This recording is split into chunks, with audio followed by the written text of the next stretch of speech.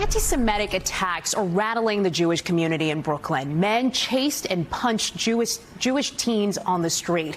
And in another case, they circled people while yelling anti-Semitic slurs at them, sending the victims running into a nearby synagogue for safety in Borough Park. New details now on a weekend incident at a Hallandale Beach synagogue. The new video behind me shows a man spitting on a menorah outside that synagogue. In New York City, police charging a 23-year-old man with a hate crime because of this, after he allegedly beat a Jewish man. That UNM freshman was violently attacked this past weekend at a party off campus.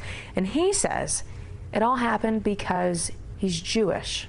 A restaurant attack is now being investigated as a hate crime. Witnesses say the people involved were targeting several Jewish diners. Harassment, vandalism, assaults, and even Zoom meetings and services being disrupted by graphic and racist messages.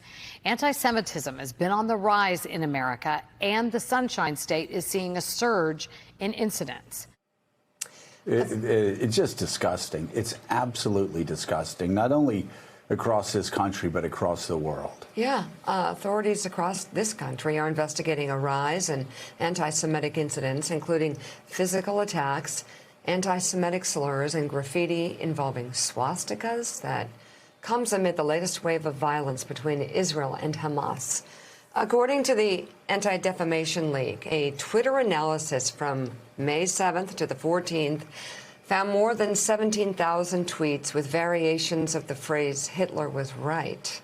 And the CEO and National Director of the Anti-Defamation League, Jonathan Greenblatt, joins us now, along with columnist for the New York Times and an MSNBC contributor, Michelle Goldberg, joins us. So, Jonathan, thank you so much for being with us. You know, anti-Semites really don't need a conflict between Israel and Hamas to preach the sort of hatred that we've seen a rise of over the past few decades. It's actually been with us in the West for thousands of years. But talk about the latest round and how disturbing they've been. Yeah, I mean, it's certainly true that conflict in the Middle East can often catalyze an uptick of anti-Semitism here in America. But what we've seen in the last 2 weeks, Joe, it exceeds anything we've seen in recent memory. Literally over the previous 2 week period, we saw a 63% spike in incidents all over the country. 63%. And, you know, just to characterize it a bit, I mean, number one, as you showed in your opening segment, the breadth of these incidents, they are coast to coast, from California to Arizona to Illinois to Michigan, Wisconsin, New Jersey, New York, South Carolina, Florida, Pennsylvania. They're spreading like wildfire. That's number one. Number two, the brazenness, the brutality of it. People being assaulted in broad daylight, sometimes by individuals coming from, say, pro-Palestinian protest, and then literally assaulting individuals with those flagpoles. We saw in Los Angeles, you know, men driving through Jewish neighborhoods with megaphones, you know, yelling, we're going to kill the Zionists, we're going to rape your women and daughters. By the way, we saw the same thing happening in London. So the sheer boldness and audacity is scary. And then thirdly, Joe, something else you alluded to, this is being amplified by social media. I mean, what we saw from TikTok to Twitter, from Instagram to every other platform, just, you know, again, as was noted, an ugly torrent of tweets, 17,000 claiming Hitler was right. We tracked almost a 450% increase on 4chan of ugly, you know, again, exaggerated claims, inflammatory rhetoric, just the kind of conspiratorial claims that, to draw a parallel, right, led to violence against Asian Americans, wild and substantiated claims about China, you know, made by leaders and people in positions of authority, led to attacks on Asian Americans. Now we're seeing wild, unsubstantiated conspiracies about the Jewish state lead to attacks on Jewish people. It's ugly and it's got to stop. Michelle. Yeah, and Michelle Goldberg, you note that by conflating Jewish people with the Israeli state, in effect, what happens is a debate, a meaningful debate on Israeli policy is effectively shut down.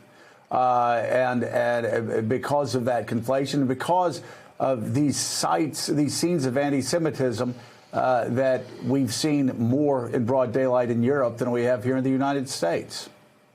Well, and one of the ironic things is that this is something that the most right-wing Zionists have in common with the most anti-Semitic anti-Zionists, is that both conflate the Jewish people with the Israeli state. Both think that you can sort of attack Jewish people to get revenge on the Israeli state. You know, when Donald Trump talked about Israel as being your country, when he was talking to American Jews, that's not that much different from, you know, these sort of thugs who are out attacking random Jewish people because they think that they're somehow complicit in what's happening in Israel. And yes, I do think that it's similar. You know, there's a long history of violence against Jews in Europe, obviously, you know, kind of going back many decades, but just more recently, Jews in Europe have traditionally been more vulnerable. As Jonathan has, you know, said to me and others, they are often, you know, feel more reticent to display their Jewishness or to feel that they're taking a risk by doing that. That didn't used to be the case in the United States, and it's really a crisis if it's becoming so.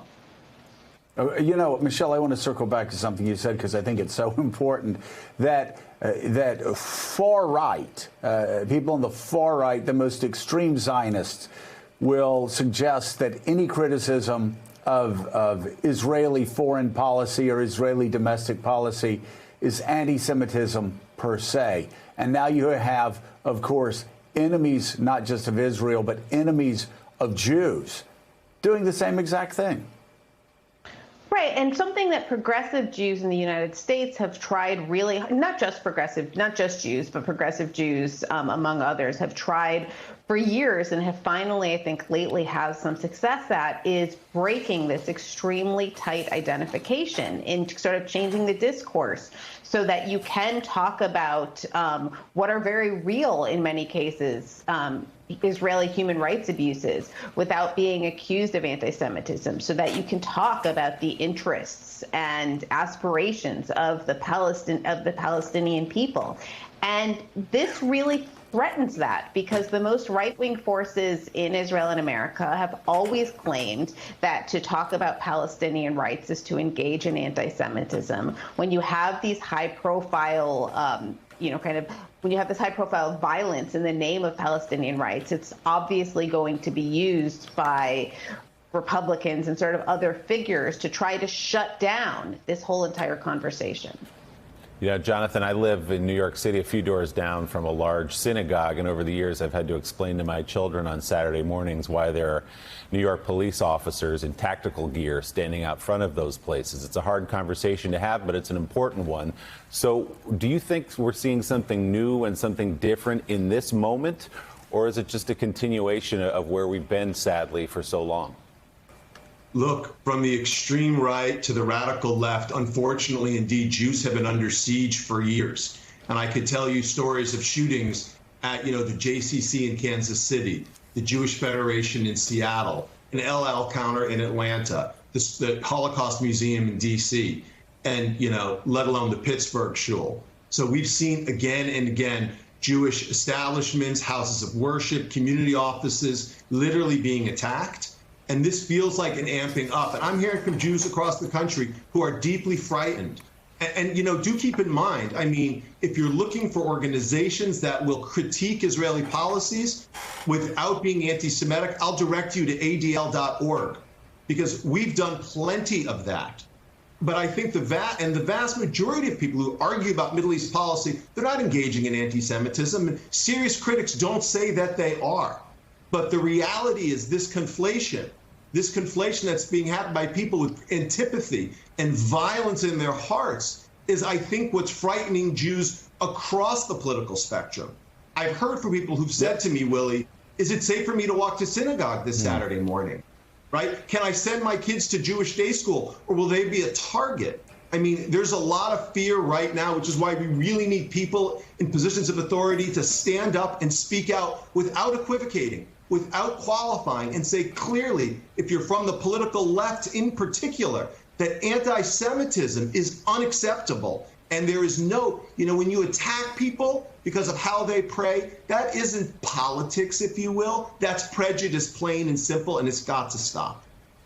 Yeah, and there has been so much progress. And Jonathan, I've seen you and Al Sharpton talk about the importance of bringing communities together.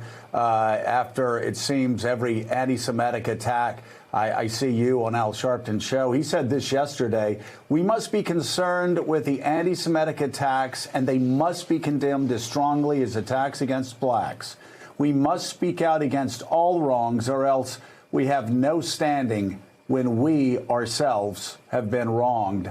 And that's Al Sharpton. We have Richard Haass with us, Michelle, and he has a question. Richard. Michelle, we were just talking before in terms of social media and public media.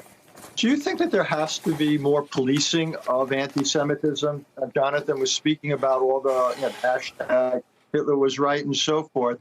How does one handle that? And have essentially Jews been the victims of a double standard? Language that would never be acceptable with other persecuted groups is stopped, but language that traffics in anti-Semitism is being tolerated. Well, I would say one thing about social media is that actually an enormous range of bigotry is tolerated, on Twitter, on Facebook. This has been an ongoing problem. And in some ways, it ties back to what Mara was talking about earlier with this new law in Florida, that free speech doesn't mean you have the right to say whatever you want on a private platform.